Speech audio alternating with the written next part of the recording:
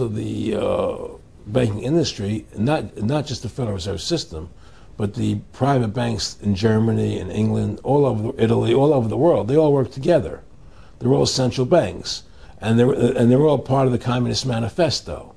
You know, central banking is one of the major planks of the Communist Manifesto. We talk about America being a capitalistic country, but yet at the same time we have a central bank that plans everything for us, right? And the graduated income tax is another plank of the Communist Manifesto, right? So right there you have two major planks of the Communist Manifesto that have been brought in because of the Federal Reserve System, okay?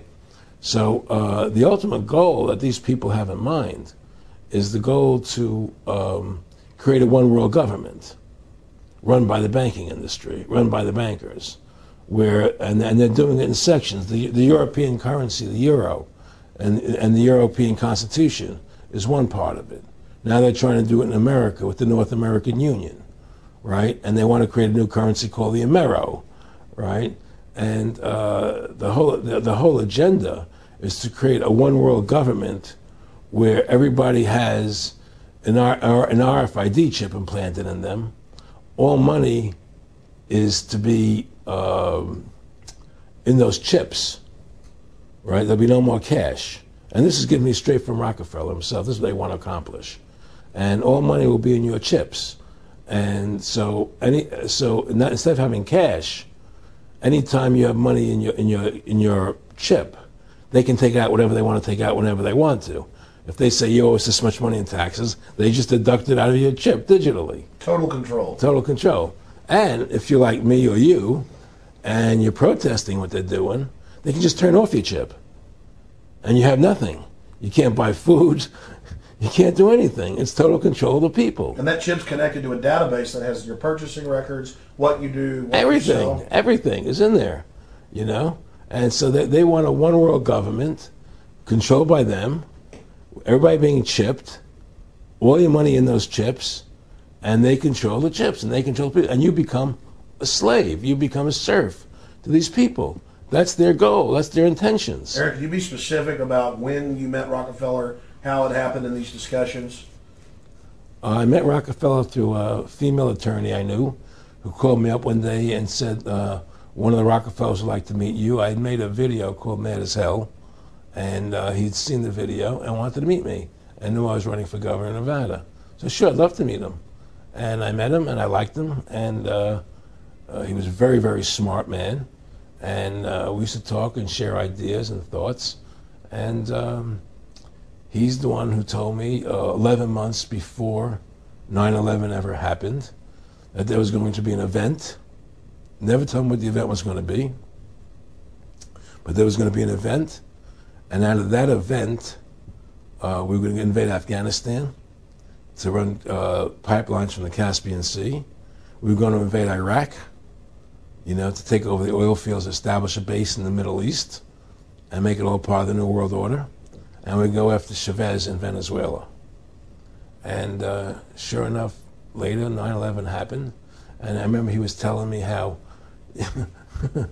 how you're gonna see soldiers looking in caves for people in Afghanistan and Pakistan and all these places, and there's gonna be this war on terror, of which there's no real enemy, and the whole thing is a giant hoax, you know. But it's a way for the government to take over the American people. He told you it was going to be a hoax. Oh yeah, oh yeah.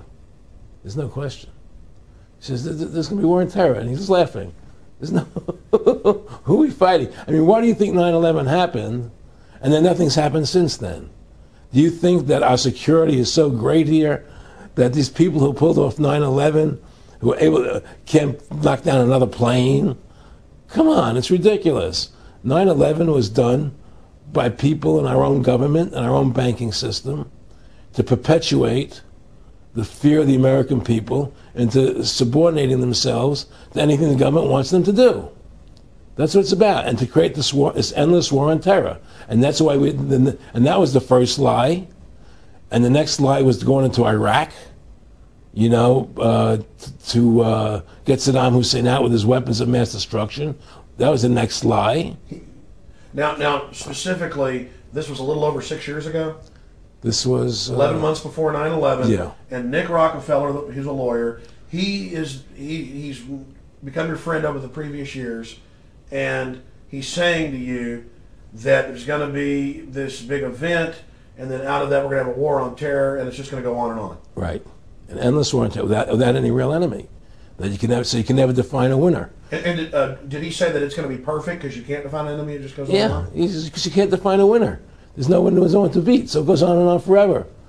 And they can do whatever they want. They scare the hell out of the American public. Look, this whole war on terror is a fraud.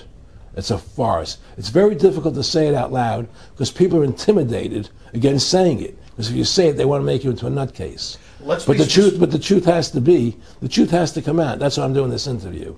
The fact of the matter happens to be that the whole war on terror is a fraud. It's a farce. Yeah, there's a war going on in Iraq because we invaded Iraq.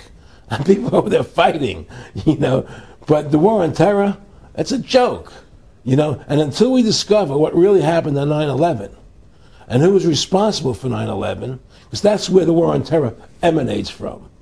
That's where it comes from. It was 9/11 that allowed this war on terror to begin.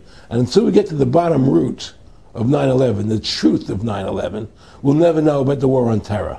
Aaron, you said that he was, and I think it's important, and I know this about the Rockefellers from Dr. Dennis Cuddy and many others who literally, you'll be 20 years old in a lunch line at college, and no, there's David Rockefeller. And here's here. I mean, they're experts at recruiting and getting what they call players, and that clearly he was. I mean, I want to make it specific and just get you to reiterate what you said last night about you got 30% of the vote. You were having an effect. You made mad as hell. They knew that you'd started the Constitution Party. Yeah. They knew that you were somebody who was taking action and getting things done. You'd already made some big films, had a lot of other successes. Right. So they were trying to recruit you, and didn't it come down to the point of, hey, we are here to recruit you, and don't worry, your chip's going to say, don't mess with us. This guy's don't touch. Yeah, yes, that did happen. I was definitely being recruited, but it's more subtle than that. Well, in your words, just go through the process, and then what he said. Well, what it is remember we were friends, and we used to go to my house a lot. We'd have dinner, we'd talk, and he'd tell me about business investments, how you get involved in, or they would help me with this business investment or that business investment. And was I interested in joining the Council on Foreign Relations? I would have to get a letter to join them, but was I interested in that? And, just stuff, leading you on. And I used to say to him that I never really did that because that wasn't where I was coming from. As much as I like you, Nick, your ways and my ways, we're on the opposite side of the fence. I don't believe in enslaving people, and he would come back with, oh, I do? Or? Well, it would be more like, It's better for them. Well, it's more like, how do I put it? It was like, what do you care about them? What do you care about those people? What difference does it make to you? Take care of your own life. Do the best you can for you and your family. What do the rest of the people mean to you? They don't mean anything to you. They're just serfs. They're just people. It was just a lack of caring, and that's just not who I was. It was just sort of like cold, it was just like cold, and I used to say to him, what's the point of all this? You have all the money in the world you need. You have all the power you need. What's the point? What's the end goal? And he said the end goal is to get everybody chipped, to control the whole society, to have the bankers, the elite people, the bankers and some governor controlling the world. And I said, all the people in the Council on Foreign Relations believe this way you do? He said, no. Most of them believe they're doing the right thing. A lot of them believe it's better off being socialistic. We have to convince people that socialism is really capitalism. Because America's becoming a socialist country. It's a communist country today. Well, one of the things they told me was that he was at the house one night, and he would talk, and he started laughing. He said, Aaron, what do you think women's liberation was about?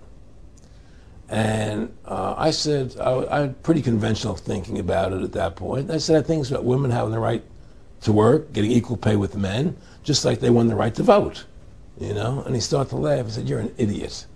And I said, why am I an idiot? He said, let me tell you what that was about. We, the Rockefellers, funded that.